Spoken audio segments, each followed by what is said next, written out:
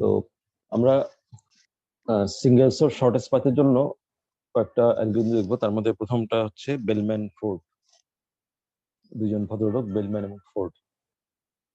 By the way একটা কথা তোমরা জেনে রাখতে পারো, এই বেলম্যান ভদ্রলোক হচ্ছেন বেসিক্যালি ডাইনামিক প্রোগ্রামিং এর জনক আর কি। উনি এই কনসেপ্টটা বা আইডিয়াটার মানে এইভাবে যে প্রবলেম সলভ করা যায় একটা জেনারেলাইজ টেকনিক ডাইনামিক প্রোগ্রামিং, এটার জনক। তো তাহলে বুঝতে পারতেছো উনি অনেক প্রভাবশালী কম্পিউটার সায়েন্টিস্ট। কারণ ডাইনামিক প্রোগ্রামিং দিয়ে কিন্তু আসলে অনেক অনেক প্রবলেম সলভ করা সম্ভব হয়েছে। অ্যাপারেন্টলি রিকার্সিভলি করতে গেলে ওগুলো ধরা খাইতে হইতো। পরে যখন ডাইনামিক প্রোগ্রামিং আসলো বা কনসেপ্টটা বুঝতে পারলো যে এইভাবে করা যেতে পারে, সিম্পল যদিও কনসেপ্টটা, কিন্তু এটা তখন অনেক কিছু সহজ করে দিল। তো আদারওয়াইজ যেগুলো হয়তো অনেক টাফ মনে হচ্ছিল অ্যাপারেন্টলি। তো বেলম্যান ফোর্ড কি করে? বেলম্যান ফোর্ড রিল্যাক্স করে এবং কোনো পার্টিকুলার অর্ডারে না, জাস্ট র্যান্ডমলি এজগুলোকে রিল্যাক্স করতে থাকে। এখন র্যান্ডমলি রিল্যাক্স করতে থাকলে কি হবে? র্যান্ডমলি রিল্যাক্স করতে থাকলে যেটা হবে সেটা হচ্ছে যে ইনফরমেশন গুলো আস্তে আস্তে পাস হতে থাকবে পাশে। যেমন ধরো একটা কথা আছে গুজব, গুজব বুঝো? রিউমার। হ্যাঁ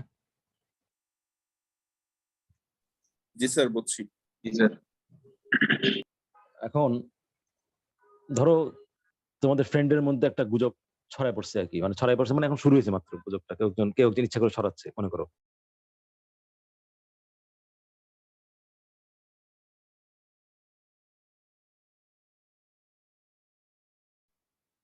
যেটা বলতেছিলাম যে কেউ একজন ইচ্ছা করে কোনো একটা খবর ছড়াতে চাচ্ছে, সে কি করবে? সে হচ্ছে হয়তো তার দু একজন ফ্রেন্ডকে বললো।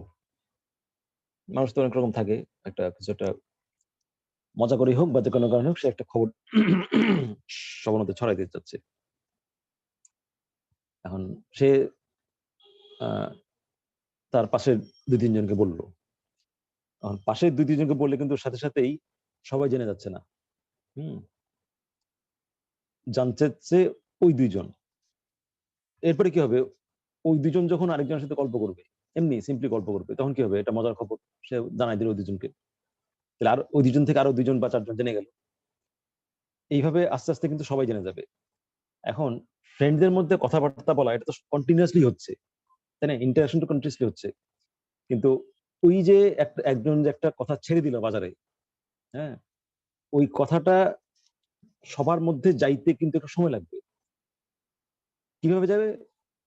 সবাই যদি কন্টিনিউয়াসলি পরস্পরের মধ্যে কথা বলতে থাকে, তাহলে একটা পর্যায়ে কি হবে? একটা পর্যায়ে কথাটা চলে যাবে। সবাই যদি পরস্পরের মধ্যে কথাবার্তা বলতে না থাকে তাহলে কিন্তু যাবে না। তাহলে এখানে যেটা হচ্ছে যে পাশাপাশি সবাই কথা বলতেছে। এখন প্রথমে যে সবাই সবকিছু জেনে যাচ্ছে ব্যাপারটা এরকম না। ধরা যাক প্রথমে এরকম থাকলো, হ্যাঁ, এখন ইনফরমেশনটা হয়তো শুরু হয়েছে এখানে,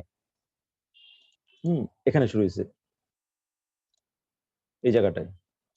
এখন এখান থেকে চলে গেল হচ্ছে যখন রিল্যাক্স হচ্ছে তখন এই ঘরগুলোতে যাচ্ছে। কিন্তু যখন এরা কথা বলতেছে, খেয়াল করে দেখো, এরা যখন কথা বলছে তখন কিন্তু কোনো ইনফরমেশন আসতেছে না, তাই না? কেন আসতেছে না? কারণ হচ্ছে এইখান থেকে কিন্তু এখানেও কোনো ইনফরমেশন আসে নাই। ওয়ান্স এখানে ইনফরমেশন চলে আসবে, এখানে যখন ইনফরমেশন চলে আসবে, বোঝা যাচ্ছে কিনা? এর পরের বার যখন আমি কথা বলবো তখন আমি পাবো। হ্যাঁ, প্রথমবার যখন কথা বলছি তখন কিন্তু পাবো না, সেকেন্ড বার পাবো। এরপর এই লোক কখন পাবে? এই লোক পাবে আরেকটু পরে, আর এইভাবে কিন্তু আরেকটু পরে। বোঝা যাচ্ছে? হ্যাঁ, প্রথমেই ইনফরমেশনটা পাস হচ্ছে না, কিন্তু আমরা কিন্তু কন্টিনিউয়াস কথা বলছি, কিছু জানিস, কিছু জানিস, কিছু জানিস। তো ও যখনই জেনে গেল তখনই তুমি জেনে গেল, ব্যাপারটা এরকম। তারাই কিন্তু জানছে না। এবং বেলম্যান ফোর্ডের একটা বাস্তব প্রয়োগ আছে, সেটা হচ্ছে রাউটিং। বুঝো? নেটওয়ার্কের রাউটিং। নেটওয়ার্কের রাউটিং হচ্ছে বেসিক্যালি তোমার একটা ডাটা প্যাকেট। হ্যাঁ, বেসিক্যালি তোমরা অনেক কিছু পরবর্তী জানবা যে আমি যখন তোমার সাথে কথা বলতেছি, হ্যাঁ, যদি এটা ফোন হইতো, নর্মাল ফোন, আগেকার ফোন আর কি, এখনকার ফোন না, এখনকার ফোন সবকিছু আন্ডারলাইং আইপি নেটওয়ার্ক। তো আগেকার যে ফোন, সেই ফোন হইলে তোমার এবং আমার মধ্যে একটা সার্কিট তৈরি হতো। সার্কিট তো বুঝো, ইলেকট্রিক্যাল সার্কিট, একেবারে সিম্পল ইলেকট্রিক্যাল সার্কিট। একটা সার্কিট তৈরি হতো, ওই সার্কিটের মাধ্যমে বক্তব্যগুলো যাইতো। বোঝা যাচ্ছে? আমি যে কথা বলি সেটা একটা সার্কিট তৈরি হয়, সেই সার্কিটের মাধ্যমে যাইতো। কিন্তু এখন যে নেটওয়ার্কটা আমরা দেখি, এই যে তুমি আমার কথা শুনতেছো, এখানে কিন্তু তোমার এবং আমার মধ্যে কোনো সার্কিট নাই, নো সার্কিট। তবে এখানে ঘটনা আছে অবশ্য, মানে ভার্চুয়াল সার্কিট থাকে বেশি ভিন্ন। ওই ওই কোয়ালিটিকে, মানে ভয়েস কোয়ালিটিকে এনশিওর করার জন্য অনেক কিছু করতে হয় আর কি। মানে কথা বললাম আর চলে গেল, ব্যাপারটা এত সোজা না আর কি। হ্যাঁ, মানে তুমি চাইলে একটা জুম বানিয়ে ফেলতে পারবা, ব্যাপারটা এত সোজা না। তো যাই হোক, মোটামুটি ভাবে তোমার কাছে যখন আমি কিছু পাঠাচ্ছি, সেটা ভয়েস হোক, সেটা ডাটা হোক, যেটা ছবি হোক, হ্যাঁ, অথবা টেক্সট হোক, যেটাই হোক, এটা কিন্তু একবারে যায় না, একটা সার্কিটের মাধ্যমে যায় না, প্যাকেট প্যাকেট আকারে যায়, মানে ছোট ছোট প্যাকেট করে সেই প্যাকেট আকারে যায়। তো এখন এই প্যাকেটটা কোন পথে পাঠানো হবে, কোন পথে পাঠানো ভালো, এই ইনফরমেশনটা যে দেয় সেটা হচ্ছে রাউটার। এই ইনফরমেশনটা দেয়, যেটা যে দেয় সেটা হচ্ছে রাউটার। তো রাউটার কি করে? রাউটার অন্য রাউটারের সাথে কথা বলার মাধ্যমে খুঁজে বের করে যে একটা নোড থেকে আরেকটা নোডে যাওয়ার শর্টেস্ট পাথ কোনটা বা বেস্ট পাথ কোনটা। সবসময় শর্টেস্ট পাথ বেস্ট পাথ নাও হইতে পারে। অনেক সময় শর্টেস্ট পাথ কনজেস্টেড থাকে। কনজেস্টেড বুঝো? ভিড় হয়ে যায়। হ্যাঁ, যে পথটা দিয়ে সবাই হাঁটা দিচ্ছে, অনেক সময় হয় না যে ব্যস্ত সময়ে আমরা কি করি, ইয়ে একটা অল্টারনেট পাথ নিই, যেটা হচ্ছে নরমালি ইউজ হয় না, গলিতে ঢুকে পড়ি। হ্যাঁ, গাড়িটা কি করে, গলির মধ্যে ঢুকাই দেয়। কেন ঢুকাই দেয়? কারণ হচ্ছে যেটা নরমাল পাথ, যেটা শর্টেস্ট পাথ, সেটা হচ্ছে ভিড় হয়ে গেছে, অনেক বেশি লোক চলে আসছে। তো রাউটার যেটা করে সেটা হচ্ছে এরকম বেস্ট পাথটা খুঁজে বের করে এবং সেখানে ওই ডাটা পাঠায়। হ্যাঁ, তো এখন বেস্ট পাথ বা শর্টেস্ট পাথ বের করার জন্য সে কি করে? সে কন্টিনিউয়াসলি কথা বলে, ঠিক যেভাবে বেলম্যান ফোর্ড অ্যালগরিদম কাজ করে সেভাবে। পাশে শুধুমাত্র খেয়াল করে দেখো, শুধুমাত্র পাশের সাথে কথা বলছে, কিন্তু সবার সাথে না কিন্তু। হ্যাঁ, শুধুমাত্র পাশের সাথে। শুধুমাত্র পাশের সাথে কথা বললেও সমস্যা নাই, কারণ পাশের থেকে সে কিন্তু তার পাশে ইনফরমেশন পেয়ে যাচ্ছে, আবার তার পাশটা আবার তার পাশ থেকে ইনফরমেশন পেয়ে যাচ্ছে। সো আলটিমেটলি অনেক দূরের ইনফরমেশন তোমার কাছে চলে আসতেছে। বুঝতে পারলাম? হ্যাঁ, জি স্যার। জি স্যার। তো বেলম্যান ফোর্ডটা খুব প্র্যাকটিক্যাল অ্যালগরিদম, এটা প্র্যাকটিক্যালি ইউজ হয়, রাউটিং টেবিলে ইউজ হয়। একটু মডিফাই করতে তো হয়, স্বাভাবিক। সবসময় যে কোনো আমরা বইতে যেভাবে অ্যালগরিদমটা পড়ি, স্পেসিফিক ডোমেইনে যে ওইটা হুবহু কাটপ্যাচ করে বসাই দিলে হয়ে যাবে, এটা না কিন্তু। কিন্তু আইডিয়াটা একই। ঠিক আছে, আইডিয়াটা একই, বেলম্যান ফোর্ডের আইডিয়াতে কাজটা করা হয়।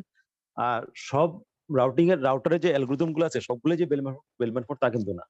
হ্যাঁ, বেলম্যান ফোর্ডও আছে, আরো বেশ কিছু আছে আর কি। মানে ওই সবগুলো বেসিক্যালি শর্টেস্ট পাথের যে অ্যালগরিদম, সেগুলোকে সাম মডিফিকেশন করে চালায়।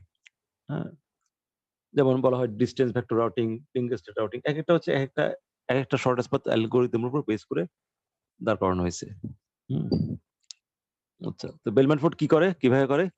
প্রথমে ইনিশিয়ালাইজ সিঙ্গেল সোর্স করে, এটা তো আমরা আগেই জানছি, যে ডি ভ্যালুকে ইনফিনিটি দিয়ে আপডেট করা, পাই ভ্যালুকে নীল দিয়ে আপডেট করা, আর সোর্সের ডি ভ্যালুকে 0 করা। শুধুমাত্র সোর্সের ডি ভ্যালুকে আমরা 0 করবো, বাকিগুলো হচ্ছে ইনফিনিটি থাকলো। আচ্ছা, এরপরে for each edge UV relax UVW, প্রত্যেকটা এজের জন্য ইউভিডব্লিউ। এখন খেয়াল করে দেখো, আমি এখানে যতগুলাই রিল্যাক্স করি না কেন, আপডেট হবে কিন্তু যারা সোর্সের সাথে লাগানো তারা, বাকিরা কিন্তু আপডেট হবে না। যারা সোর্সের সাথে লাগানো তারা হচ্ছে আপডেট হবে, বাকিরা পরে আপডেট হবে। তাহলে প্রথম এখানে কিন্তু অনেকগুলো সাইকেল চলতেছে, মোট v-1টা সাইকেল চলতেছে। হ্যাঁ, v-1টা সাইকেল চলতেছে। তো প্রথম সাইকেলে একদম ইয়ের পাশে যারা আছে তারা আপডেট হবে, এরপরে যখন আবার রিল্যাক্স করবো তখন কি হবে, তারপরটা আপডেট হবে, বারবার করতে করতে করতে করতে একসময় সবারই শর্টেস্ট পাথটা বের হয়ে যাবে। সবারই শর্টেস্ট পাথ বের হয়ে যাবে। এখন বেসিক্যালি v-1 বার করলে শর্টেস্ট পাথ সবারটা বের হয়ে যাওয়ার কথা।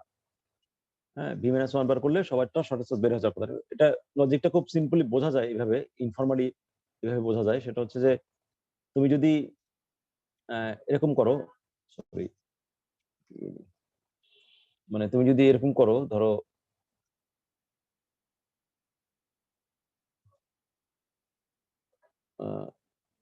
এরকম চারটা যদি থাকে, এখানে মনে করো এ, এখানে মনে করো বি, এখানে মনে করো সি, এখানে মনে করো ডি, ই। এ হচ্ছে সোর্স। তাহলে প্রথম সাইকেলে যদি আমি এপাশ থেকে করে আসি, আমি যদি ইডি মানে প্রথমে ডি কে রিল্যাক্স করলাম, কোন সিকোয়েন্সে রিল্যাক্স করবো সেটা কিন্তু ব্যাপার না, আমি যে কোনো সিকোয়েন্সে রিল্যাক্স করতে পারি। হ্যাঁ, তো মনে করো আমি প্রথমে ডি করলাম, তারপরে সিডি করলাম, তারপরে বিসি করলাম, তারপরে এবি করলাম। ঠিক আছে, যদি এভাবে করতে থাকি, তাহলে একদম প্রথম সাইকেলে কিন্তু বেসিক্যালি কেউই আপডেট হবে না এক্সেপ্ট বি। দ্বিতীয় সাইকেলে কি হবে, দ্বিতীয় সাইকেলে কেউই আপডেট হবে না এক্সেপ্ট সি। তৃতীয় সাইকেলে ডি আপডেট হবে, চতুর্থ সাইকেলে ই আপডেট হবে, এবং চতুর্থ সাইকেল পরে কিন্তু ইটা মানে তার রেজাল্টটা পেয়ে যাবে, ভ্যালুটা পেয়ে যাবে। হ্যাঁ, এবং এখানে আমি যে ছবিটা আঁকছি সেটা কিন্তু এক্সট্রিম কেস। অনেক সময় এরকম থাকতে পারে যে তোমার এখান থেকে এখানে একটা এজ আসছে, থাকতে পারে না, তখন তো এটা আগেই আপডেট হয়ে যাবে। কিন্তু যদি এরকম কোনো না থাকে, যদি একেবারে সবচেয়ে খারাপ অবস্থা হয় যে একটা লাইন শুধু আর কিছু নাই, হ্যাঁ, তাহলেও ইটা হচ্ছে তোমার 4টা সাইকেল পরে আপডেট হয়ে যাচ্ছে। মোট ভার্টেক্স 5টা, এবং 5টা ভার্টেক্সের ক্ষেত্রে লংগেস্ট পাথের মানে সবচেয়ে লম্বা পাথ কত হতে পারে? সবচেয়ে লম্বা সিম্পল পথ হতে পারে, সিম্পল পথ অবশ্যই, সবচেয়ে লম্বা সিম্পল পথ হতে পারে 4 লেংথের। সো আমি যদি 4বার মানে 4 সাইকেল রিল্যাক্স করি, তাহলে এই কি হবে, তাহলে সবচেয়ে খারাপ অবস্থানে যে আছে সেও আপডেট হয়ে যাবে। বোঝা গেল? তো সেই কারণে আমরা v-1 বার করি, সবাইকে সিরিয়ালি করতে থাকি, করতে করতে করতে এটা টোটাল v-1 বার ওয়ান সাইকেল যদি চালাই, তাহলে আমার শর্টেস্ট পাথ বের হয়ে যাওয়ার কথা। হ্যাঁ, কিন্তু এখন দেখো, যদি শর্টেস্ট পাথ বের হয়ে যায়, তাহলে আমি যদি এরপরে রিল্যাক্স করি, তাহলে কিন্তু আর আপডেট হওয়ার কথা না, কারণ শর্টেস্ট পাথ কিন্তু শর্টেস্ট, এর থেকে বেটার কিন্তু হতে পারে না, তাই না? শর্টেস্ট পাথ থেকে বেটার হইতে পারে না। তার মানে ওয়ান্স তুমি শর্টেস্ট পাথ বের করে ফেলছো, এরপরে রিল্যাক্স চালাইলেও কিন্তু ডি ভ্যালু আপডেট হবে না। ঠিক বোঝা যাচ্ছে? তোমার শর্টেস্ট পাথ বের হয়ে যাওয়ার পরে তুমি যতবারই রিল্যাক্স চালাও না কেন, ডি ভ্যালু আপডেট হবে না। অন্য কথায় এই কন্ডিশনটা ট্রু হবে না। হ্যাঁ, VD will never be greater than UD plus WEB once তুমি শর্টেস্ট পাথটা পেয়ে গেছো। এখন আমরা তো একটু আগে বললাম যে এই 1 থেকে 4 নাম্বার লাইনের মধ্যে শর্টেস্ট পাথ বের হয়ে গেছে, 1 থেকে 4 নাম্বার লাইনের মধ্যে শর্টেস্ট পাথ বের হয়ে গেছে, তাহলে এই 5-6 কিন্তু এটা আর ট্রু হওয়ার কথা না। হ্যাঁ, 5-6 এটা ট্রু হওয়ার কথা না। এখন যদি 5-6 এটা ট্রু হয়, তার মানে কি? তার মানে হচ্ছে বেসিক্যালি এখানে একটা নেগেটিভ ওয়েট সাইকেল আছে। কত ক্লাসে যেটা বলছিলাম, নেগেটিভ ওয়েট সাইকেল আছে। হ্যাঁ, তার মানে এখানে শর্টেস্ট পাথ বের হবে না। তুমি যতবারই করবা ততবারই তুমি দেখবা যে এটা ফার্দার আপডেট করলে একটা বেটার পারফরমেন্স পাওয়া যাচ্ছে। যে কোনো এজ, প্রত্যেকটা এজে হতে পারে এরকম কথা না, যে কোনো একটা এজে এই সমস্যাটা হতে পারে। যে কোনো একটা এজে তুমি আপডেট করলা, দেখলে যে আবার আপডেট হচ্ছে। হ্যাঁ, যতবারই করবা ততবারই দেখবে আপডেট হচ্ছে, কারণ এটা নেগেটিভ ওয়েট সাইকেল আছে, এটা কন্টিনিউয়াসলি মানে মানে ছোট হইতেই থাকবে। নেগেটিভের ইনফিনিটি তো কোনো লিমিট নেই। ঠিক আছে, তখন আমি কি করব? তখন আমি রিটার্ন করব ফলস মানে এই গ্রাফের জন্য শর্টেস্ট পাথ বের করা যাবে না, because there is a negative cycle, আর আদারওয়াইজ ট্রু। তার মানে বেলম্যান ফোর্ড দুইটা কাজ করতেছে, একটা হচ্ছে শর্টেস্ট পাথ বের করে দিচ্ছে, আর দ্বিতীয় হচ্ছে তোমার কি বলে এটাকে, নেগেটিভ ওয়েট সাইকেল আছে কিনা সেটাও বলে দিচ্ছে। বোঝা গেল? বেলম্যান ফোর্ডের রানিং টাইম জাস্ট একটু তাকাইলে বোঝা যাচ্ছে কত হচ্ছে। n square হ্যাঁ কত? n square sir. না, এনটা কি জিনিস?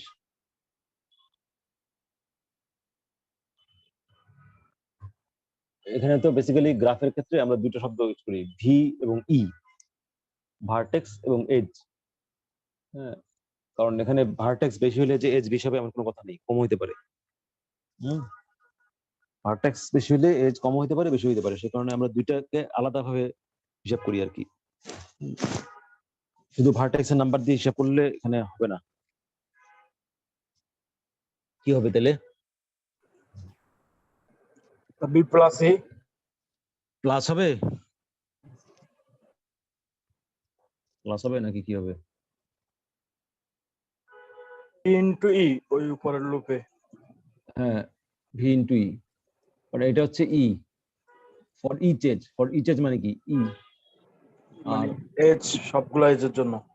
হ্যাঁ, আর এই কাজটাই হচ্ছে ভি বার, তাহলে প্রতি মানে ভি মাইনাস ওয়ান বার আর কি। তাহলে মোটামুটি ভাবে বলা যায় V into E, order of V into E. ঠিক আছে, লেখা আছে খুব simple, order of V into E. আচ্ছা, এখন আমরা একটু দেখতে চেষ্টা করি যে কিভাবে কি বলে যে কাজটা কিভাবে করে আর কি। তো দেখো, এটা হচ্ছে ইনিশিয়াল অবস্থা।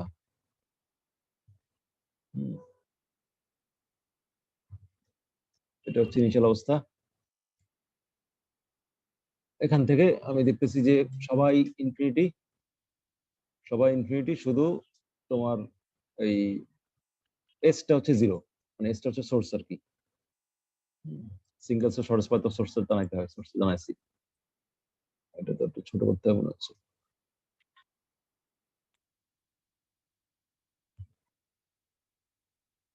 দেখা যাচ্ছে? হ্যাঁ, জি স্যার। আচ্ছা। এখন কোন অর্ডারে আমি রিল্যাক্স করব সেটা হচ্ছে আমার ব্যাপার, যে কোনো অর্ডার রিল্যাক্স করতে পারি, কিন্তু সেম অর্ডারে রিল্যাক্স করলে আমার বুঝতে সুবিধা হবে কিভাবে কাজটা হচ্ছে। তো এখানে অর্ডার একটা দেওয়া আছে, সেটা হচ্ছে T X T Y T Z X T Y X Y Z Z X Z S S T S Y. তো আমরা এই অর্ডার রিল্যাক্স করি, এইখানে এই অর্ডার রিল্যাক্স করছি আর কি। তো তাহলে প্রথমে এক্স টি এক্স রিল্যাক্স করলে কোনো লাভ নাই। এই যেখানে দেখো টি এক্স, কোনো লাভ নাই, কারণ হচ্ছে যে এটাও ইনফিনিটি এটাও ইনফিনিটি। হ্যাঁ, সো লাভ হচ্ছে না। তারপরে টি ওয়াই কই গেল? টি ওয়াই, তারপরে টি জেড মানে দুই মাথায় ইনফিনিটি হলে লাভ হচ্ছে না। বেসিক্যালি কোনোটাই কোনো কাজ হবে না এক্সেপ্ট এস টি এবং এস ওয়াই, তাই না? এটা এবং এটাতে লাভ হবে। কি লাভ হবে? এস টি তে হচ্ছে এখানে জিরো, এটা সিক্স, তাহলে জিরো প্লাস সিক্স কত? সিক্স। আর এখানে আছে কত? ইনফিনিটি। তাহলে ইনফিনিটি থেকে সিক্স ছোট, তাহলে ইনফিনিটি বদলে আমি এটা সিক্স করে দিলাম। এরপরে হচ্ছে তোমার জিরো প্লাস সেভেন হচ্ছে সেভেন, এখানে আছে ইনফিনিটি, তাহলে এটা সেভেন। তাহলে এই পাথ ধরে গেলাম আর এই পাথ ধরে গেলাম, এই ধরে গেলাম এই ধরে গেলাম, এই হচ্ছে আমার হয়ে গেল। ঠিক আছে, সিক্স সেভেন আর একটা জিরো। ক্লিয়ার?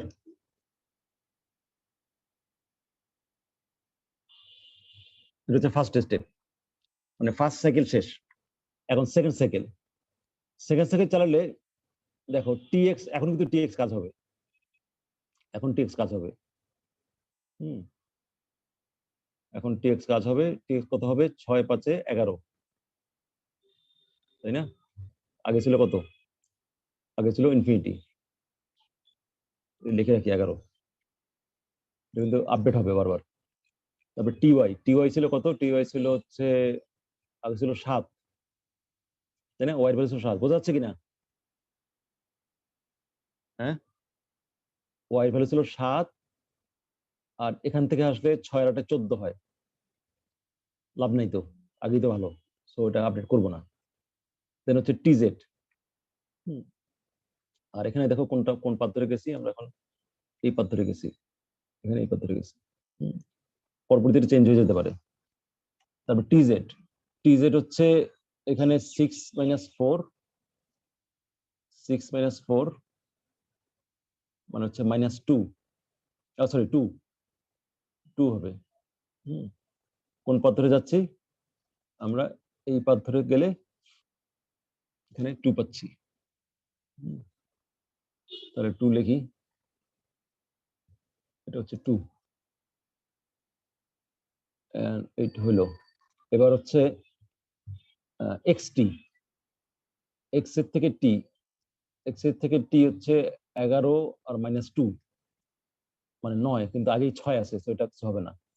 এরপর yx, yx এখানে ছিল 7 ছিল না, y 7 আর x এ কত 11, খেয়াল করতে হবে এক ধাক্কায় কিন্তু দুইবার হচ্ছে আপডেট হচ্ছে।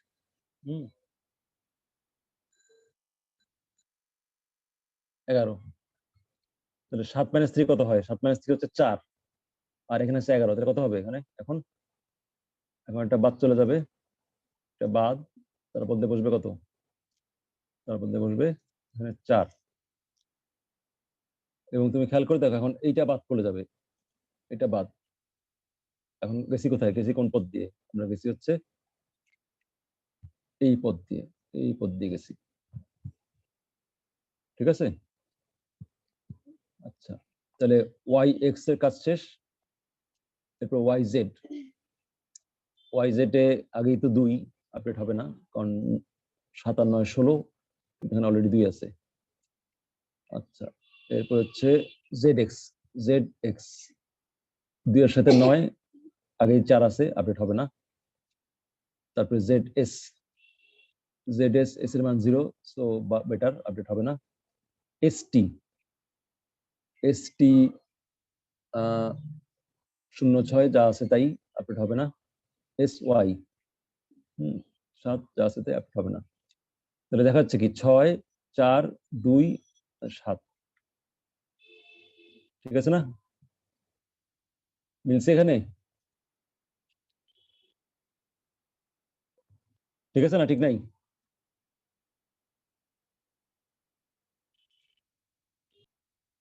আচ্ছা, এরপরে হচ্ছে আবার করি প্রথম থেকে, tx, tx এ এখানে কত আছে, টি হচ্ছে 6, এটা 5, 6 এর 5 11, আগেই তো 4, আগেই ভালো আছে, আপডেট হবে না। এবার ty, ty 6 - 4, 2 আগেই 2 আছে, আপডেট হবে না। tz, tz কই, ও সরি ভুল বলছি তো, 6 এটা হবে না, এটা tz, tz আপডেট হবে না, ty আপডেট হবে না। তারপরে xt, xt 4 - 2, এইবার কিন্তু এটা আপডেট হবে, খেয়াল করে দেখো, খেয়াল করে দেখো 4 - 2, 4 - 2 মানে কত, 2, এখানে আছে কত 6 6, তা আপডেট হবে। কিভাবে, কোন রাস্তায় যাবো, এই রাস্তায় চলে যাবো, আর এই রাস্তা বাদ, এই রাস্তা বাদ এখন, এই পথ ধরে যাবো, তাহলে কত বসবে এখানে, এটা হয়ে যাবে 6 এর জায়গায় 2।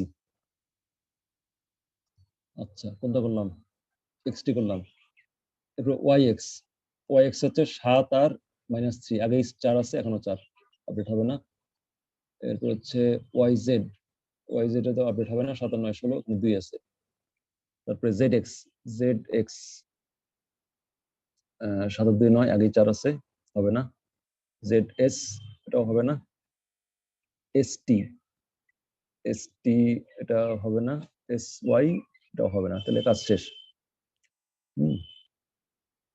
তাহলে আমার এটা কি হলো, শুধু এটা আপডেট হবে, 2 হলো। মিলিয়ে দেখো 0 2 4 7 2, এবং খেয়াল করে দেখো এটা কিন্তু সরে গেছে, খেয়াল করছো, এই যে আগে ছিল কিন্তু এইদিকে, আগে ছিল এইদিকে, মানে টি এর প্যারেন্ট ছিল কে, টি এর প্যারেন্ট ছিল এস, এখন টি এর প্যারেন্ট কি হয়েছে, এখন টি এর প্যারেন্ট হয়েছে ওই এক্স, আগে ছিল এস, এখন হয়ে গেছে এক্স, এখন এটা, হ্যাঁ আগে ছিল এটা, আগে ছিল এটা টি এর প্যারেন্ট, আর এখন হয়ে গেছে এটা টি এর প্যারেন্ট। ঠিক আছে, তাহলে এই হলো আমার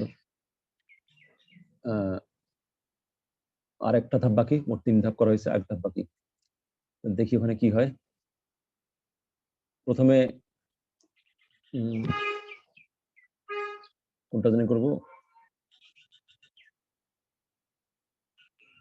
tx, তাহলে tx 2 এর 5 এর 7, আগেই 4 আছে, হবে না। ty 2 এর 8 এর 10, হবে না।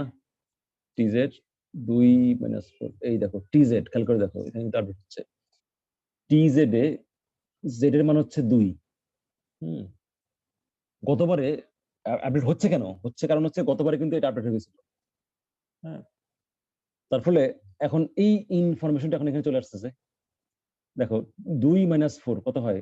-2, -2 হয়। হ্যাঁ, -2 হয়। আর এখানে আছে কত আগের থেকে? আগের থেকে আছে 2, তাহলে বেটার পাত পাচ্ছি, সেটা হয়ে যাবে -2।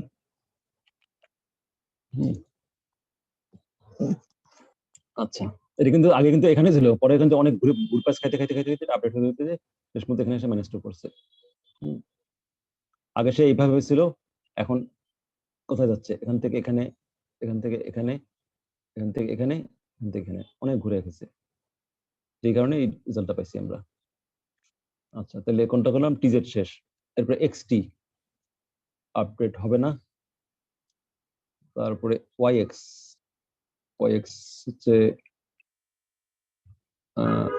কত? ওইটা 7 - 3, আগের মতোই, আপডেট হবে না। ওয়াইজেড 57 16, আপডেট হবে না। জেডএক্স, জেডএক্স 2 এর সাথে 9, এটাও আগের থেকে ভালো, আপডেট হবে না। জেডএস আপডেট হবে না। এসটি এস5 আপডেট হবে না। তাহলে দেখা যাচ্ছে যে আমার সোফার এই একটা আপডেট হলো, -2 হলো। তাহলে এই হচ্ছে আমার ফাইনাল চেহারাটা, এখানে যেটা আছে এটা ফাইনাল চেহারাটা। তো আমরা দেখতে পাচ্ছি যে 0 2 4 7 -2। আমরা চাইলে আরেকবার টেস্ট করে দেখতে পারি আপডেট হয় কিনা, এবং ইনফ্যাক্ট আপডেট হবে না। টেস্ট করে দেখিও, যেমন ধরো টিএক্স 2 এর 5 আপডেট হচ্ছে না, তারপর টিওয়াই 2 এর 8 10 আপডেট হচ্ছে না, টিজেড 2 - 4 আপডেট হচ্ছে না, এক্সটি এক্সটি আপডেট হচ্ছে না। এবার যতগুলো দেখবো যে কোনোটাই আপডেট হচ্ছে না। যেহেতু আপডেট হচ্ছে না, তার মানে কি? তার মানে আমাদের এখানে কোনো নেগেটিভের সাইকেল নাই। কারণ এখানে তো অলরেডি আমরা সহজ পথ পেয়ে গেছি, তাই না? আমরা এখানে সহজ পথ পেয়ে গেছি। তো সেই হিসাবে যদি এখান থেকে ফার্দার আপডেট না হয়, মানে ফার্দার কোনো ডি ভ্যালু গ্রেটার যদি না হয়, তাহলে আমরা বলতে পারি যে এটা নেগেটিভের সাইকেল নাই। যদি থাকতো তাহলে বলতাম নেগেটিভের সাইকেল আছে। তাহলে এই হচ্ছে বেলম্যান ফোর্ডের কিভাবে কাজ করে সেটা দেখালাম আমরা।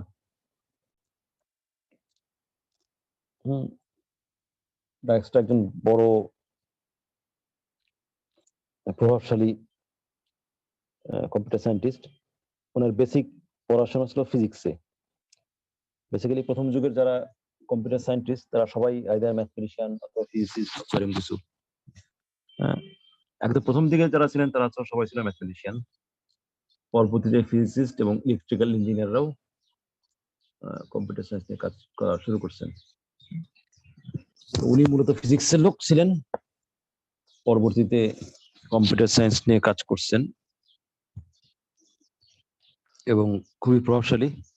অনেক ভালো ভালো বড় বড় কাজ আছে এবং অনেক ফিলোসফিক্যাল ইনসাইট এবং নলেজ ওনার থেকে পাওয়া গেছে। খুব সুন্দর সুন্দর উক্তি আছে ওনার, সুন্দর সুন্দর বক্তব্য আছে যেগুলা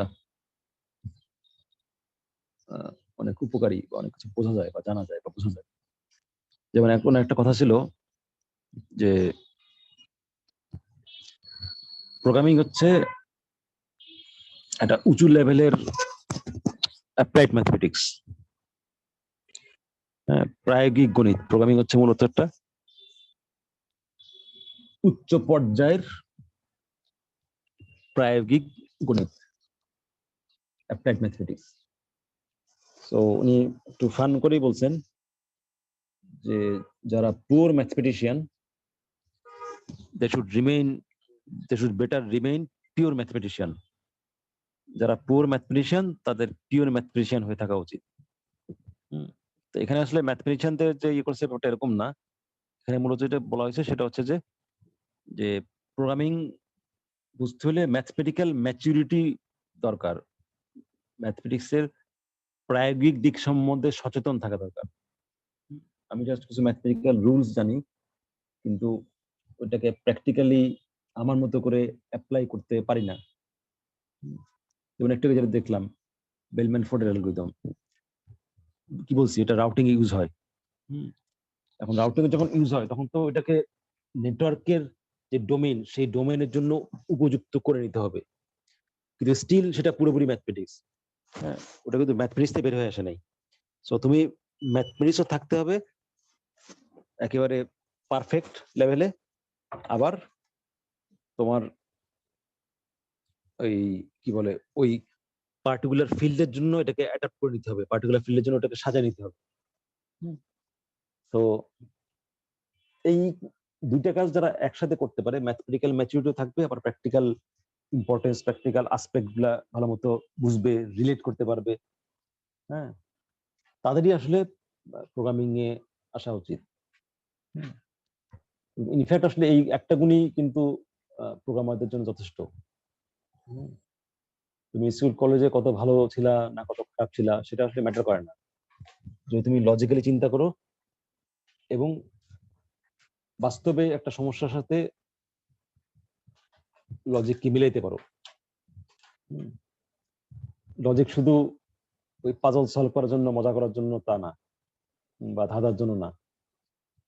লজিক হচ্ছে বাস্তব জীবনের সাথে লিঙ্কড। ওই লিঙ্কিংটা করতে পারলে তাহলে হচ্ছে আমরা ভালো প্রোগ্রামার হব বা ভালো ভালো কম্পিউটার সায়েন্টিস্ট হব। মানে যে বড় মাপের প্রোগ্রামার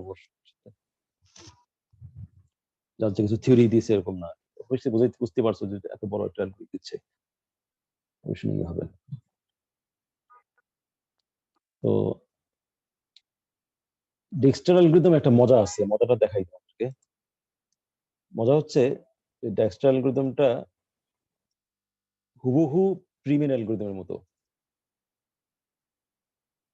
আমরা প্রিমের অ্যালগরিদম দেখছি না ওই যে স্প্যানিং ট্রির সময়, মনে আছে?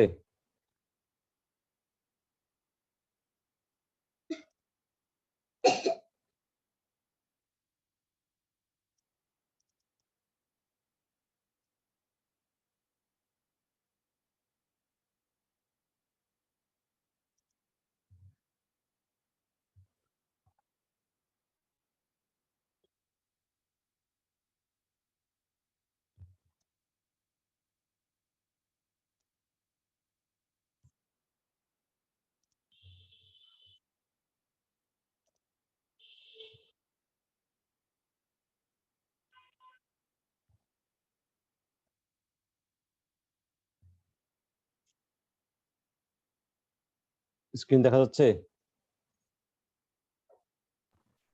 যাচ্ছে।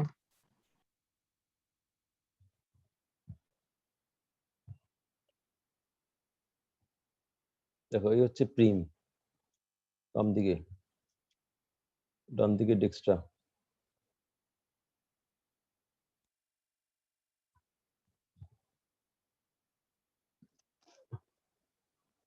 তুমি খেয়াল করে দেখো যে এখানে লেখা আছে initial single source. Initial single সোর্সে কি হয়, ডি ভ্যালুকে ইনফিনিটি করা হয়, পাই ভ্যালুকে নীল করা হয়, আর সোর্সকে জিরো করা হয়। এখানে দেখো একই জিনিস, এখানে ডি না বলে কি বলছে আর কি, ডি না বলে কি বলছে, তাহলে কি ভ্যালুকে আমরা কি করছি, কি ভ্যালুটাকে আমরা ইনফিনিটি করছি, এখানে আমরা ডি ভ্যালুকে ইনফিনিটি করতাম, পাই ভ্যালুকে নীল করছি, এখানে পাই ভ্যালুকে নীল করতাম, সোর্সকে জিরো করছি, এখানে সোর্সকে জিরো করব। ঠিক আছে না? তাহলে দেখা যাচ্ছে দুই জায়গায় কিন্তু হুবহু এক। এরপরে এখানে 3 নাম্বার লাইন 5 নাম্বার লাইন দেখো, মানে এই দুটো লাইন দেখো কি করছে, কিউ সমান GV while Q is not empty, Q সমান GV while Q is not empty. Basically এখানে প্রায়োরিটি কিউ, এখানে প্রায়োরিটি কিউ, দুই জায়গায় প্রায়োরিটি কিউ। তারপর লাইনটাও একই U equals to extract min, E equals to extract min. পার্থক্য পাচ্ছ কোনো? না স্যার। সোফার কিন্তু কোনো পার্থক্য নাই। এই এসটাকে বাদ রাখা আপাতত, এসটা সমস্যা কিছু না। এসটা হচ্ছে জাস্ট যার শর্টেজ পাথ বের হয়ে গেছে তাকে আমরা এস এর মধ্যে রাখতেছি। হ্যাঁ, যার শর্টেজ পাথ বের হয়ে গেছে তাকে আমরা এস এর মধ্যে রাখতেছি। আচ্ছা, তারপরে দেখো for each vertex V adjacent to Yuji.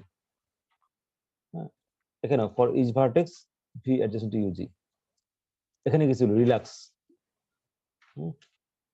রিল্যাক্সের যে কন্ডিশন ছিল সেটা কিন্তু এখানে আছে, একটু পার্থক্য আছে। কালকে তো একটু পার্থক্য আছে। পার্থক্যটা কি দেখো, আমার রিল্যাক্সে যেটা থাকতো সেটা হচ্ছে এরকম, আমি যদি এটার মতো করে লিখি তাহলে এভাবে লিখতে পারি যে U dot D plus W UV is less than V dot D. ঠিক আছে না? খেয়াল করে দেখো আমার ইয়েতে যেটা আছে কি বলে যে ডাব্লিউ ইউভি মানে ওই যে কি বলে নাম এটাকে, W UV is less than V dot কি। নামের তো কিছু আসা যায় না, একজন ডি বলে একজন কি বলে। খেয়াল করে দেখো প্রিমে হচ্ছে ওই ইউডি বা ইউ কি নাই। হ্যাঁ, শুধুমাত্র ভি এর সাথে ডাব্লিউ কনসিডারেশন। তার মানে আমরা প্রিমে শুধু একটা এজের সাথে চিন্তা করতেছি, একটা পার্টিকুলার এজ এর ভ্যালুকে কমাতে যাচ্ছি। কিন্তু ডায়াক্সটা যেটা করতেছি সেটা হচ্ছে ওই এজ এবং ওই এজে আসার জন্য যে পাথ, এই পুরোটুকু ওই এজের ওয়েট এবং ওই এজের স্টার্টিং পয়েন্টে মানে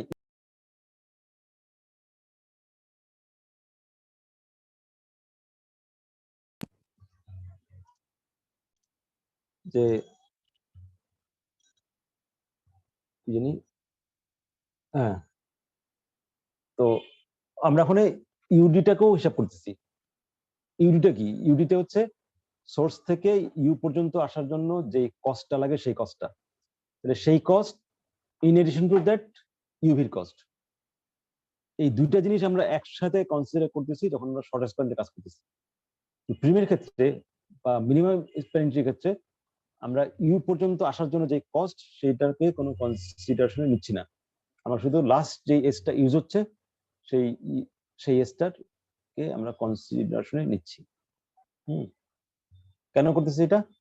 কারণ হচ্ছে প্রিমের ক্ষেত্রে আমার কনসার্ন হচ্ছে যে how I can connect a vertex to a minimum spanning tree. মানে যারা অলরেডি একটা ট্রি আছে সেই ট্রির সাথে আমি সামহাও কানেক্ট হয়ে যেতে পারলেই হয়েছে। হ্যাঁ, কোনোভাবে একটা একটা কি বলে দড়ি টেনে যত যত ছোট দড়ি দিয়ে লাগাইতে পারি আমার ইয়ের সাথে, কি বলে স্প্যানিং ট্রির সাথে, তত আমার লাভ। কিন্তু ড্রাইক্সটা তো সেটা না। ড্রাইক্সটা তো শুধু দড়ি টেনে লাগাই দিলাম এটা হবে না, বরং আমাকে দেখতে হবে যে সোর্স থেকে পুরো পাতটার অবস্থাটা কেমন, সোর্স থেকে পুরো পাতটার ওয়েটটা আমাকে দেখতে হবে। দ্যাটস ওয়াই এখানে ইউডিটা আসছে। তাহলে এই ছোট্ট একটা ইউডি, এইটাই পার্থক্য, আর কোনো পার্থক্য নাই। কিন্তু অ্যালগরিদমটা আমূল ডিফারেন্ট, পুরোপুরি ডিফারেন্ট জিনিস তৈরি করে। হ্যাঁ, স্প্যানিং ট্রি কিন্তু কখনোই শর্টেজ পাথ বের করে না। স্প্যানিং ট্রি এবং শর্টেজ পাথ পুরোপুরি ডিফারেন্ট। হ্যাঁ, কিন্তু দেখো অ্যালগরিদম হুবহু এক, শুধু একটা ছোট্ট একটা জিনিস ইউডি, ইউডির কারণে এত পার্থক্য হয়ে যাচ্ছে। আর এখানে একটা কাজ করা হয়েছে সেটা হচ্ছে ভি ইজ ইন কিউ। এই যে একটা করা হয়েছে কারণ হচ্ছে ভি যদি কিউতে না থাকে তাহলে আমি তাকে আপডেট করলে এটা ভুল হবে, রেজাল্টটা ভুল আসবে আর কি। কিন্তু এখানে কোনো দরকার নেই, কারণ এখানে ওটা মানে কিউতে থাকলেও ওটা আপডেট করলো, চেষ্টা করলেও আপডেট হবে না আর কি। হ্যাঁ, কিউতে যেটা আছে কিউতে যেটা নাই, কিউতে যেটা নাই সেটা আপডেট করতে তুমি চেষ্টা করতে পারো, কোনো সমস্যা নেই, কারণ এটা চেষ্টা করলে ওটা আপডেট হবে না। কিন্তু এখানে আপডেট হওয়ার সম্ভাবনা আছে, সে কারণে ওটাকে আগে চেক করে নিচ্ছে। হ্যাঁ, সেজন্য। তো মানে প্রিমে ওটা আপডেট হওয়ার সম্ভাবনা আছে, দ্যাটস ওয়াই ওটাকে চেক করে নিচ্ছে যে আদৌ আছে কিনা। যদি না থাকে তাহলে করবে না, মানে কিউর মধ্যে না থাকলে করবে না। আর ডেক্সটা চেকটা করতেছে না, কারণ ডেক্সটাই হচ্ছে ওই কিউর মধ্যে না থাকলে তুমি যদি চেষ্টা করো আপডেট করতে, আপডেট হবে না। হ্যাঁ, সো আপডেট করতে চেষ্টা করলেও তা, না করলেও তা। যেহেতু ওই সমস্যা, ওই রিস্কটা নাই ডেক্সটার ক্ষেত্রে, সেই জন্য ডেক্সটা ওটা চেক করে না আর কি। আর এখানে যদি রিস্ক আছে সেজন্য সে চেকটা করে নেয়। তাহলে বোঝা গেল, ডেক্সটার অ্যালগরিদম বোঝা গেল, প্রিমের অ্যালগরিদমটাই জাস্ট একটু মডিফিকেশন আর কি। ক্লিয়ার তো?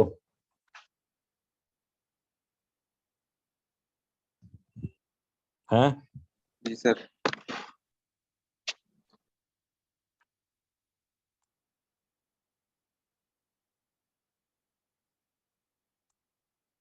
আচ্ছা এখন আমরা দেখি।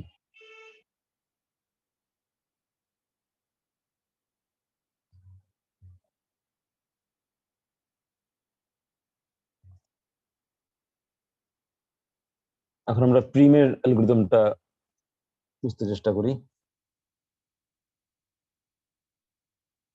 সরি, কি প্রিম বলি কেন কি জানি, বেলম্যান ফোর্ড। বেলুনপুর দেখলাম, এটা কি বলে আমাদেরকে, ভুলে যাই। ডাক্সট্রা অ্যালগরিদমটা এক্সাম্পল হিসেবে দেখতে এসেছো। আচ্ছা টাইমিংটা কেমন হচ্ছে, কি মনে হচ্ছে টাইমিংটা কি হবে বলতে পারবে কেউ? রানিং টাইম কেমন হবে? এটা হচ্ছে ভি বার, এটা তো কিউটা কি হবে, কিউ বানাইতে সাধারণত অর্ডার অফ ভি বার লাগে, এটাও ভি বার। তাহলে অর্ডার অফ ভি, এটা অর্ডার অফ ভি। এখন এইখানে একটা বিষয় আছে, এক্সট্রাক্ট মিন ডিপেন্ড করে। এক্সট্রাক্ট মিন সাধারণত আমরা যেটা ইউজ করি তাতে লগ ভি বার লাগে, লগ ভি। তাহলে ভি লগ ভি, তাই না? ভি লগ ভি মানে এক্সট্রা মিন একটা করতে লাগবে লগ ভি আর কি, লগ এন লাগে আর কি।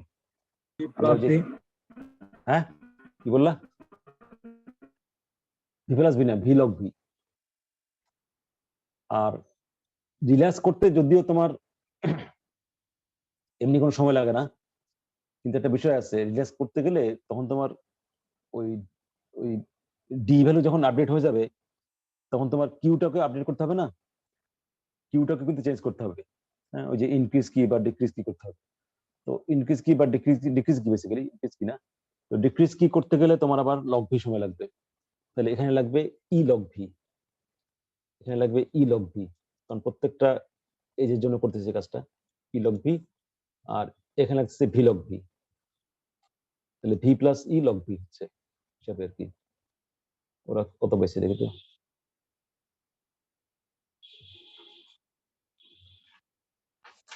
তবে এখানে একটা বিষয় আছে, বিষয়টা হচ্ছে এই যে V plus E log V. এখন এখানে একটা বিষয় আছে, সেটা হচ্ছে আমরা এখানে প্রায়োরিটি কিউ ইউজ করব। হ্যাঁ, এখন প্রায়োরিটি কিউ কিন্তু একটা বেশ সফিস্টিকেটেড ডাটা স্ট্রাকচার এবং বিভিন্ন ভাবে কাজটা করা যায়।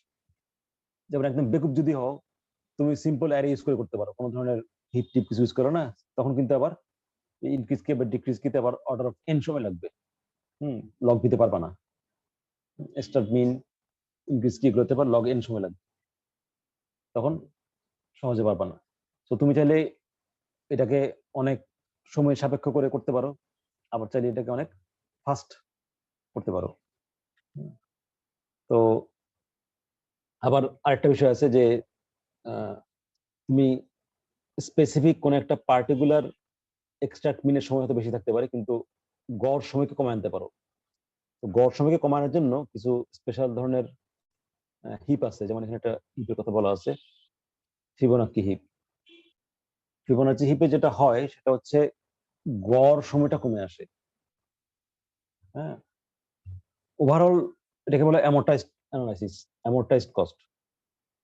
হ্যাঁ, amortized cost of each extract min হচ্ছে অর্ডার অফ লগ ভি, আর ডিক্রিজ কি কল হচ্ছে অর্ডার অফ ই। তাহলে অর্ডার অফ মানে টোটাল হচ্ছে অর্ডার অফ ই। হ্যাঁ, তাহলে ওভারঅল লাগবে অর্ডার অফ 1, মানে কনস্ট্যান্ট টাইম। খুবই অবাক করা কাণ্ড, এত কম লাগে কেমনি, কিন্তু এটা যেটা করছে সেটা হচ্ছে একটা পার্টিকুলার ডিক্রিজ কি সময় বেশি লাগবে। হ্যাঁ, কিন্তু যখন তুমি সবগুলোকে করবে একসাথে তখন সময়টা কমে আসবে। তো ফিবোনাকি হিপ করলে তোমার কি হবে? ফিবোনাকি হিপ করলে আমার টাইমটা লাগবে order of V log V plus E. এখানে ছিল V plus E log V, আর ফিবোনাকি হিপ হলে V log V plus E, যদি আমরা ফিবোনাচি হিপ ইউজ করি। ঠিক আছে, তো ওই দুটো আমরা দেখি নেই, আমরা পড়ি নেই। তো কেউ যদি পড়ে থাকো তাহলে তুমি এটাকে ওইটা দিয়ে ইমপ্লিমেন্ট করতে পারবা। মানে হচ্ছে যে ডাকস্টার অ্যালগরিদমের মধ্যে প্রায়োরিটিকে ফিবোনাকি হিপ দিয়ে ইমপ্লিমেন্ট করতে পারবা, সেক্ষেত্রে সময়টা আরো কমে আসবে।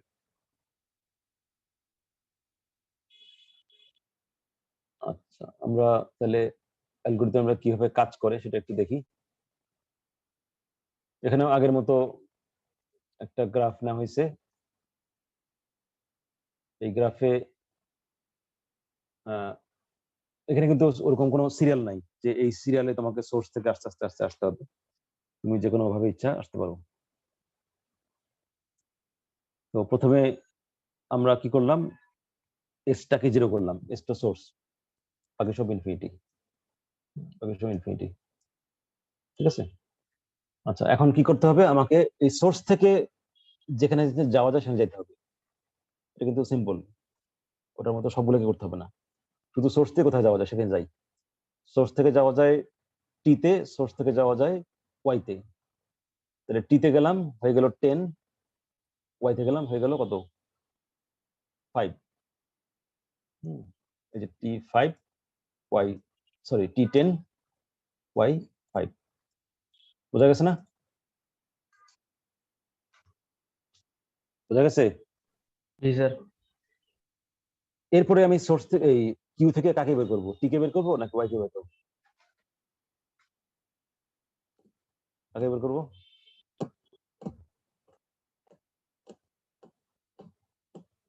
হ্যাঁ,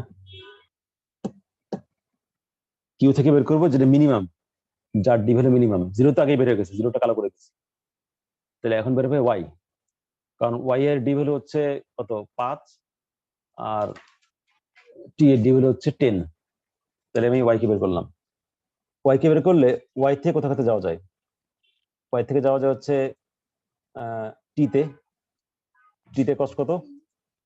টিতে আগে ছিল 10, এখন হচ্ছে 5 আর 3 8, তাই না? বেটার, বেটার না? জি স্যার।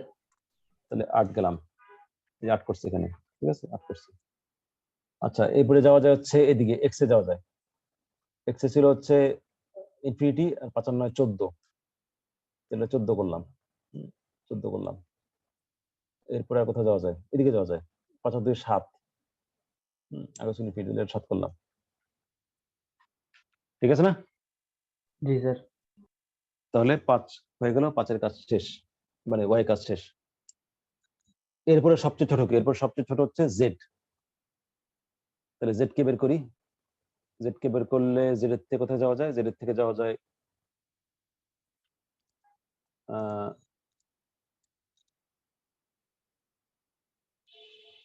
জেড এর থেকে কোথায় যাওয়া যায়? জেড এর থেকে যাওয়া যায় এক্স এ। 7 আর 6 13, আগে ছিল 14, এটা গেলাম, 13 করে দিলাম, 13 করলাম। এরপরে কোথায় যাব? জেড থেকে এদিকে যাওয়া যায় কিন্তু লাভ নাই, 7 সাথে 14, আগে 0 আছে, তাহলে এটা কাজ শেষ। তাহলে এই হচ্ছে পিকচার, 7 এর কাজ শেষ। এবার বের হবে কে? এবার সবচেয়ে ছোট হচ্ছে টি, টি বের হবে। তাহলে টি বের হলে টি এর থেকে কোথায় যাওয়া যায়? টি থেকে যাওয়া যায় হচ্ছে এক্স এ। হ্যাঁ, 8 আর 9, আগে ছিল 13, তাহলে এই পথ ধরে যাব এবং এটাকে করে দিব কত 9। ঠিক আছে না? জি স্যার। 9 হলো, 9 হলো। আচ্ছা, টি থেকে আর কোথায় যাওয়া যায়? আর কোথাও যাওয়া যায় না, টি কাজ শেষ। এবার বের হবে কে? এবার বের হবে এক্স। এক্স থেকে তার কোথাও যাওয়ার নাই, সে লাস্ট। তাহলে এই হচ্ছে আমার ফাইনাল চেহারাটা। বোঝা গেছে না?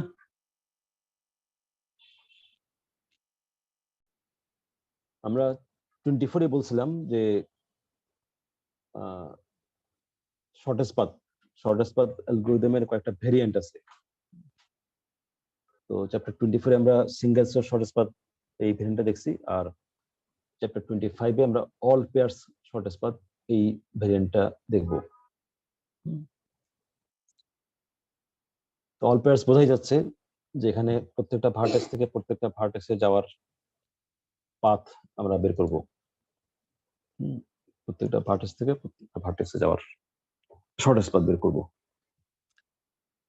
তো যেহেতু এখানে সোর্স ফিক্সড না, আগে যখন আমরা বলতাম ডি ভ্যালু, যেমন বলতাম ভি ডট ডি, তো ভি ডট ডি দেখলেই বোঝা যেত যে এটা সোর্স এস থেকে ভি এর ডিস্টেন্স কথা বলা হচ্ছে। হ্যাঁ, সোর্স এস থেকে ভি এর ডিস্টেন্সের কথা বলা হচ্ছে। কিন্তু যখন আমি অল পেয়ারসে চলে আসলাম, তখন কিন্তু আর একটা সিঙ্গেল সোর্স কিন্তু নাই যে আমি বলবো যে ওইটার থেকে ডিস্টেন্সের কথা বলা হচ্ছে, কারণ এখানে যে কেউ সোর্স হইতে পারে। সো সেই কারণে এখানে আমরা ডি ভ্যালুকে একটু ভিন্নভাবে প্রেজেন্ট করব। ডি ভ্যালুকে আমরা হয়ে গেল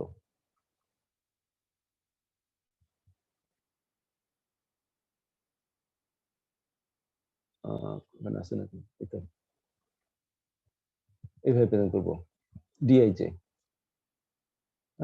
ডিআইজেটা কি? ডিআইজে হচ্ছে ডেল আইজে। ডেল আইজেটা কি? ভার্টেক্স আই থেকে ভার্টেক্স এ তে যাওয়ার shortest path length. DIJ contains the weight of a shortest path from vertex I to vertex J. দেখা যাচ্ছে?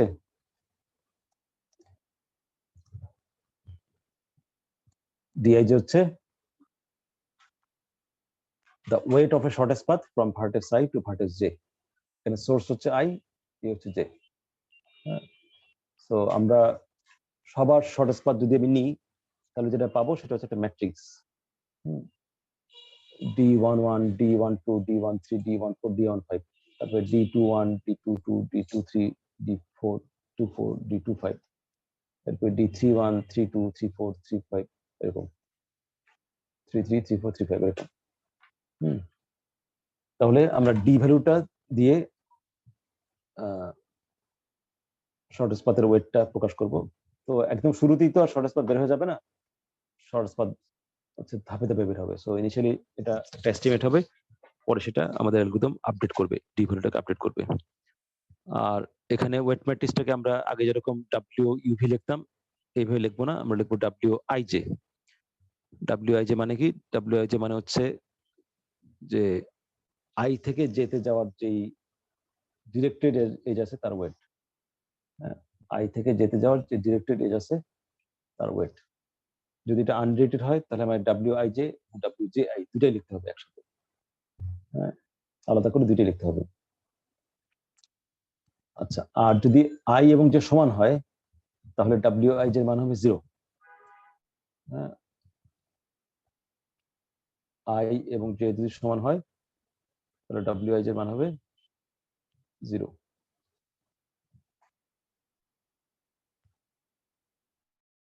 আর যদি আই এবং জে সমান না হয় এবং আই এর মধ্যে কোনো এজ না থাকে তাহলে ডাব্লিউ আই এর মান হবে ইনফিনিটি। তিনটা অপশন, আই এবং জে এর মান সমান হলে 0, আর সমান না হলে দেখতে হবে এজ আছে কিনা। এজ থাকলে এজের ওয়েট হচ্ছে ডাব্লিউ আই জে, আর এজ না থাকলে ইনফিনিটি হচ্ছে ডাব্লিউ আই এর মান। আর ডি এর মতো পাইও আমরা রাখবো। এখানে পাই আই জে মানে কি? এখানে পাই আই জে মানে হচ্ছে আই থেকে জেতে যাওয়ার পথে। একটু ভালো করে বুঝে দেখো, আই থেকে জেতে যাওয়ার পথে এইটা গেলাম, এই গেলাম, এই গেলাম, এই হচ্ছে আই, এই হচ্ছে জে, এই হচ্ছে জে, এই হচ্ছে এ, এই হচ্ছে বি। হ্যাঁ, তাহলে পাই আই জে এর মান কত? কেউ বলতে পারবা পাই আই জে এর মান কত?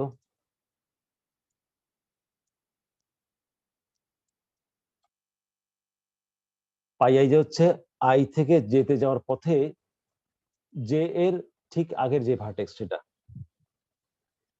হ্যাঁ, পাই আই জে হচ্ছে আই থেকে যেতে যাওয়ার পথে যে ভার্টেক্সের ঠিক আগে যে ভার্টেক্সটা সেটা। তাহলে পাই আই জের মান কত? ভি। বি। ঠিক আছে, এটা মনে রাখবা যে আমি যে পাথটা আঁকবো সেই পাথের ডেস্টিনেশনের ঠিক আগেরটা হচ্ছে প্যারেন্ট। হ্যাঁ, তো পাই আই যে মনে করে আবার এইটাকে কেউ বানাই দিও না বা আইটাকে বানাই দিও না।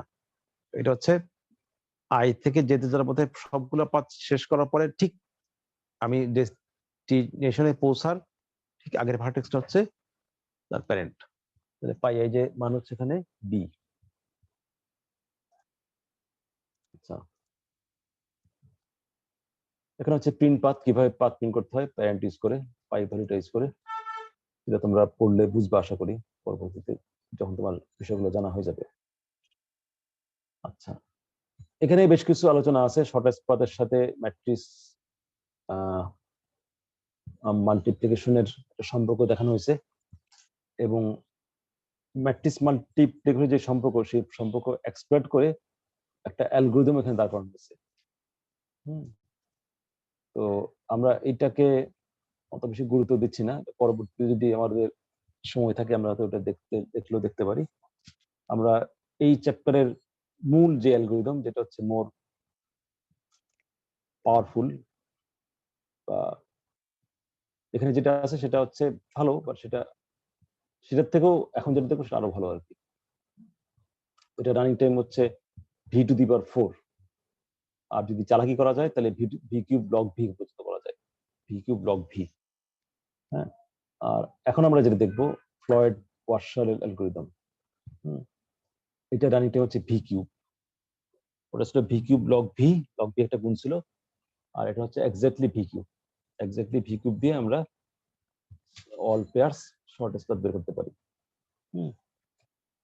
তো ফ্লয়েড ওয়ার্শালের অ্যালগরিদমটা দুজন নামে পরিচিত, কিন্তু মূলত দুজনের নাম কেন সেটা কারণটা হচ্ছে ওয়ার্শাল একটা অ্যালগরিদম দিছিলেন for finding the transitive closure.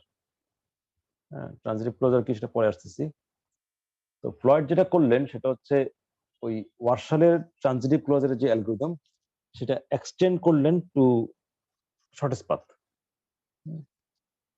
উনি অ্যালগরিদম দিছিলেন একটা পার্টিকুলার কাজ করার জন্য, আর ফ্লয়েড যেটা করছেন সেটাকে আর একটু এক্সটেন্ড করছেন, ওটাকে আরেকটু ইফেক্টিভ করছেন, ইফেক্টিভ করে অন্য একটা ডোমেইনে এটা অ্যাপ্লাই করছেন, শর্টেস্ট পাথ ডোমেইনে এটা অ্যাপ্লাই করছেন।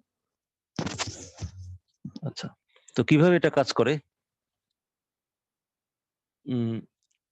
ফ্লয়েড ওয়ার্শাল অ্যালগরিদম একটা কনসেপ্ট ব্যবহার করে, সেটা হচ্ছে ইন্টারমিডিয়েট ভার্টেক্সের কনসেপ্ট। ইন্টারমিডিয়েট ভার্টেক্সের কনসেপ্ট নিয়ে ব্যবহার করে। ইন্টারমিডিয়েট ভার্টেক্সটা কি? ইন্টারমিডিয়েট ভার্টেক্স হচ্ছে সোর্স এবং ডেস্টিনেশন বাদে অন্য যেই ভার্টেক্স গুলো থাকে সেগুলা। সোর্স এবং ডেস্টিনেশন বাদে অন্য যেই ভার্টেক্স গুলো থাকে সেগুলোকে বলা হয় ইন্টারমিডিয়েট ভার্টেক্স। যেমন ধরো আমরা যদি এরকম আঁকি,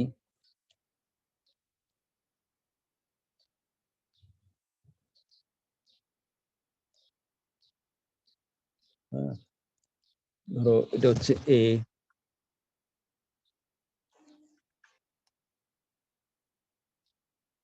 এটা হচ্ছে বি, এটা হচ্ছে সি,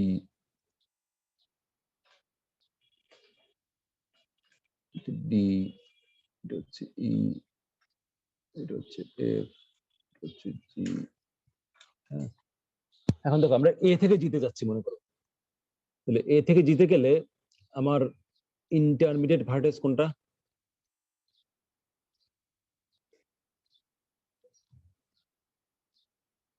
এ থেকে জিতে গেলে ইন্টারমিডিয়েট ভার্টেক্স কোনটা?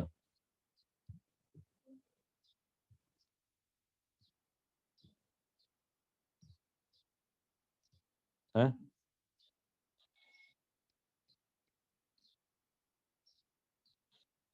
কি শোনা যাচ্ছে না?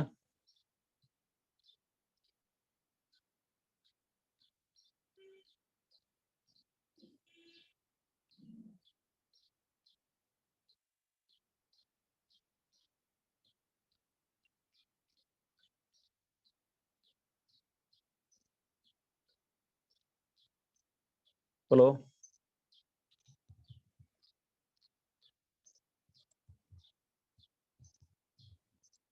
স্যার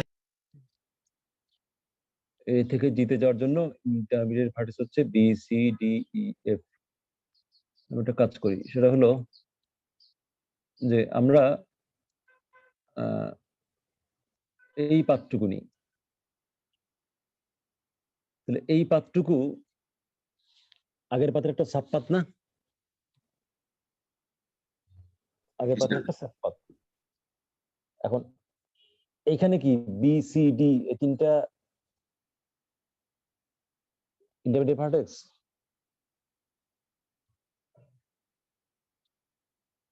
এই পাথের মধ্যে বি সি ডি এই তিনটা কি ইন্টারমিডিয়েট ভার্টেক্স নাকি না? বিজি হবে না স্যার শুধু? হ্যাঁ, বিসি হবে। তার মানে ইন্টারমিডিয়েট ভার্টেক্সে একবার হইছি সবসময় ইন্টারমিডিয়েট ভার্টেক্স থাকবে তা কিন্তু না। আমি যে পাত্রকে চিন্তা করছি তার প্রান্ত বিন্দু দুইটা বাদ দিতে হবে, বাদ দিয়ে বাকি দিলাম। তো আগের পাথে ডিটা ইন্টারমিডিয়েট ভার্টেক্স ছিল, কিন্তু এখন কিন্তু ইন্টারমিডিয়েট ভার্টেক্স, এখন হচ্ছে বিসি হচ্ছে ইন্টারমিডিয়েট ভার্টেক্স। হ্যাঁ, এই বিষয়টা একটু বুঝতে হবে। অনেক সময় তুমি একবার একটাকে ইন্টারমিডিয়েট ভার্টেক্স মনে করছো, তো ওইটার যখন তুমি আরেকটা অ্যাঙ্গেল থেকে দেখছো তখন তো ওটা ইন্টারমিডিয়েট ভার্টেক্স না। হ্যাঁ, তো ওইটা বুঝতে হবে আর কি। আচ্ছা, এই হলো একটা বিষয়। দ্বিতীয় হলো যে ফ্লডারশন যেটা করে সেটা হলো একটা ইম্পর্টেন্ট অবজারভেশন, যে আমি একটা ভার্টেক্স থেকে আরেকটা ভার্টেক্সে যাওয়ার জন্য ইন্টারমিডিয়েট ভার্টেক্স ইউজ করব কেন? এট অল, মনে করো আমি এ থেকে বিতে যেতে চাই, আমি এ থেকে বিতে সরাসরি গেলেই তো হয়, সি ইউজ করবো কেন?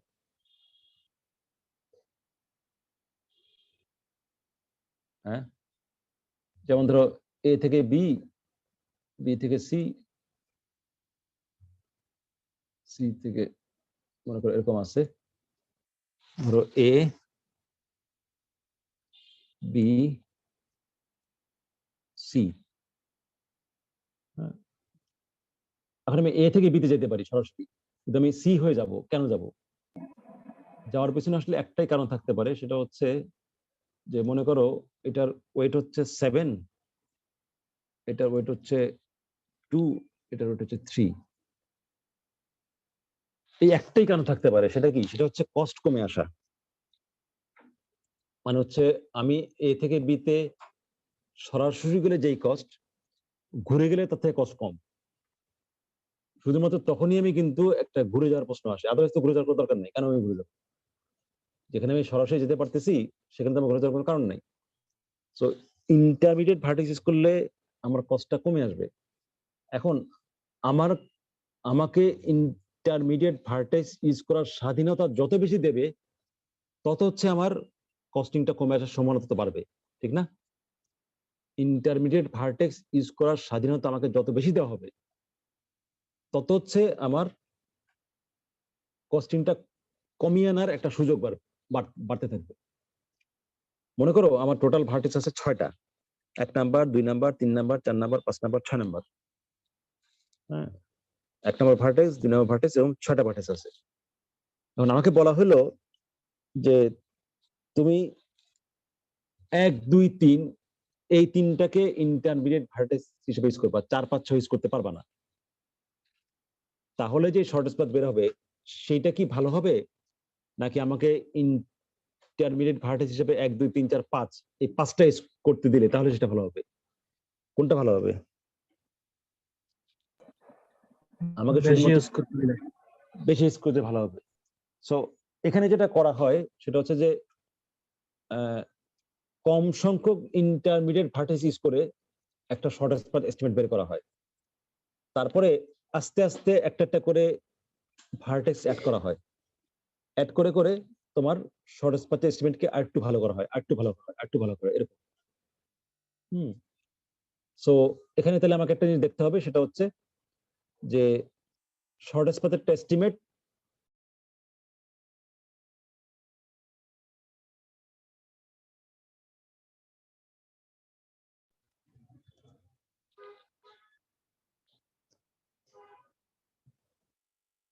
শোনা যাচ্ছে? জি স্যার। আচ্ছা, তো এখানে আমরা যেটা করি, শর্টেস্ট পাথের একটা এস্টিমেট বের করি। সেই এস্টিমেটটা হচ্ছে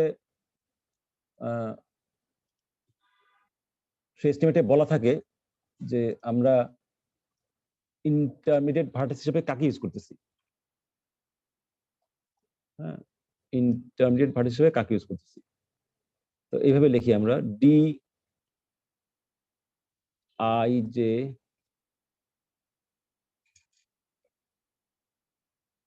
কে।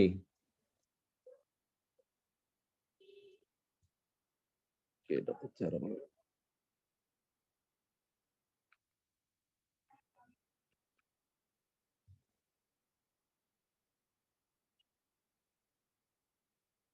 বোঝা যাচ্ছে কিনা?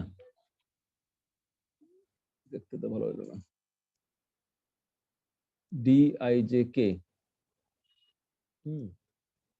ডি আই জে কে কি জিনিস? ডি আই জে কে হচ্ছে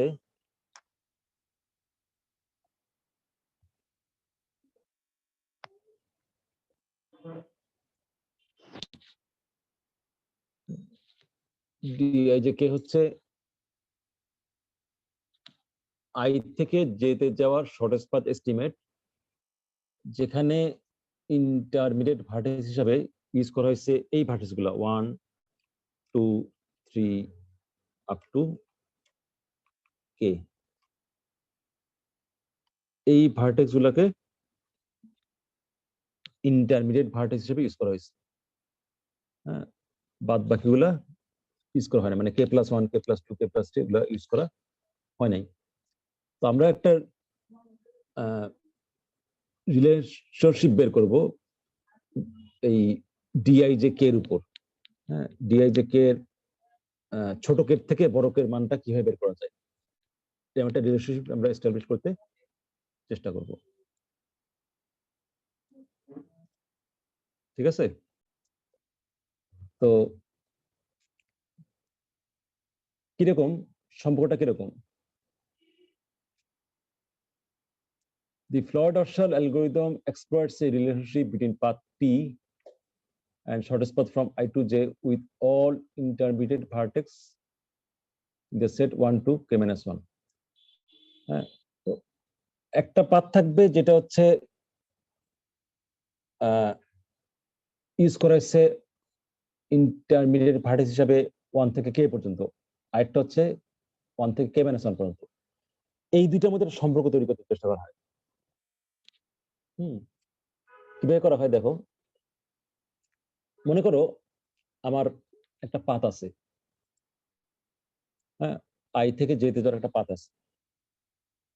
সেই পাথে ইন্টারমিডিয়েট ভার্টেক্স হিসাবে 1 থেকে k পর্যন্ত ভার্টেক্স গুলো ইউজ করা হয়েছে। ভালো করে বুঝো, যেটা সবচেয়ে ট্রিকি পার্ট। আমার একটা শর্টেস্ট পাথ দেওয়া আছে, মানে এস্টিমেট আর কি, শর্টেস্ট পাথ এস্টিমেট দেওয়া আছে ফ্রম আই টু জে। বা এভাবে বলি, যেটা এভাবে বলি যে আমার একটা পাথ দেওয়া আছে পি। পিটা হচ্ছে একটা minimum wait path, shortest path না বলি, minimum weight path from I to J where intermediate vertices are drawn from 1 to K. হ্যাঁ, P হচ্ছে I থেকে J তে যাওয়ার একটা minimum weight path with the condition that intermediate vertex should be drawn from the set 1 2 3 4 up to K. বোঝা গেল? P পাথটা কিসে বোঝা গেল?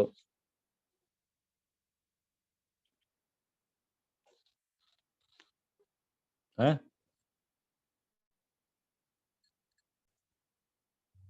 P হচ্ছে একটা minimum wait path from I to J, যেখানে ইন্টারমিডিয়েট ভার্টেক্স এই সেটটা থেকে ড্র করা হয়েছে। আচ্ছা, এখন আমরা কোথা থেকে কোথায় যাচ্ছি? আই থেকে যেতে যাচ্ছি, তাই তো? এখন আই থেকে যেতে যাওয়ার সময় আমাকে মাঝখানে 1 থাকতে পারে, 2 থাকতে পারে, 3 থাকতে পারে, কে পর্যন্ত যে কেউই থাকতে পারে। আচ্ছা, এখন একটা বিষয় আছে, সেটা হচ্ছে এই কেটা, এই লাস্ট যে ভার্টেক্সটা কে, এটা কিন্তু থাকতেও পারে, নাও থাকতে পারে। এই ছবিটা খেয়াল করে দেখো, এখানে এই কেটা আছে। তাহলে যদি কেটা থাকে, তাহলে আমি এই পাতটাকে দুইটা টুকরা ভাগ করতে পারি না? এই হচ্ছে একটা টুকরা, আর এই হচ্ছে একটা টুকরা, পারি না? যদি আমার যে পাথটা আমি পাইছি বা বানাইছি, সেই পাথে যদি তোমার কেটা থাকে, তাহলে আমি এই পাথটাকে দুই ভাগে ভাগ করতে পারি। একটা হচ্ছে আই থেকে কে, আর একটা হচ্ছে কে থেকে জে। পারি কিনা?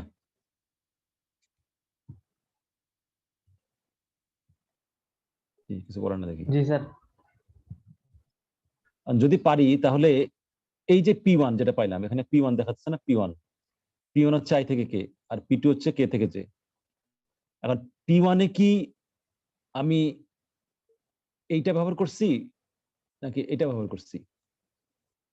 P1 এর মধ্যবর্তী ভার্টেক্স হিসাবে আমরা কে পর্যন্ত ভার্টেক্স ইউজ করছি নাকি কে -1 পর্যন্ত ভার্টেক্স ইউজ করছি? কারণ কে যেহেতু একটা প্রান্ত বিন্দু, তাহলে তো আমি মধ্যবর্তী ভার্টেক্স হিসেবে কে আর থাকবে না। থাকবে কে? থাকবে হচ্ছে কে -1 পর্যন্ত। বোঝা গেছে কিনা? जी सर। ওই যে একটু আগে প্রথমে যেটা ব্যাখ্যা করছিলাম, যে আমি কেটে ফেললে ওই মাছ যে জায়গায় কাটলাম সেটা তো প্রান্তবিন্দু হয়ে গেল। সো এখানে ইন্টারমিডিয়েট ভার্টেক্স হচ্ছে কে -1 পর্যন্ত। তাহলে দেখা যাচ্ছে যে আমি এখানে K-1 ইন্টারমিডিয়েট ভার্টেক্স হিসেবে যে শর্টেস্ট পাথ, তার সাথে কে ইউজ করে যে শর্টেস্ট পাথ, সেটা একটা সম্পর্ক পেয়ে গেলাম। আর এমন তো হতে পারে যে এখানে আমি যে ভার্টেক্সটা নিছি, সেখানে কেটা ইউজই হয় নাই, এটা হতে পারে না? If K is not an intermediate vertex, then all intermediate vertices are in the set 1 to K-1. যদি K ভার্টেক্সটা ইউজই না হয়, তাহলে তো DIJ K আর DIJ K-1 একই জিনিস, তাই না? যদি কেটা ইউজই না হয়, তাহলে DIJ K এবং DIJ K-1 একই জিনিস। তাহলে দেখা যাচ্ছে দুটো অপশন, একটা হচ্ছে কেটা ইন্টারমিডিয়েট ভার্টেক্স হিসেবে ইউজ হয়েছে, আর একটা হচ্ছে কেটা ইন্টারমিডিয়েট ভার্টেক্স হিসেবে ইউজ হয়নি। যদি কেটা ইন্টারমিডিয়েট ভার্টেক্স হিসেবে ইউজ হয়ে থাকে, তাহলে আমি ডিকম্পোজ করতে পারি দুই ভাগে। ওই দুইটা ভাগে ইন্ডিপেন্ডেন্টলি K-1 পর্যন্ত ভার্টেক্স ইন্টারমিডিয়েট ভার্টেক্স ইউজ হবে। আর যদি অরিজিনাল পাথে কেটা ইন্টারমিডিয়েট ভার্টেক্স হিসেবে ইউজ নাই হয়, তাহলে তো DIJ K-1 এবং DIJ K দুইটা একই জিনিস। তাহলে এখানে ওই জিনিসটাই লেখা হয়েছে, সেটা কি? সেটা হচ্ছে DIJ K, এই মানটা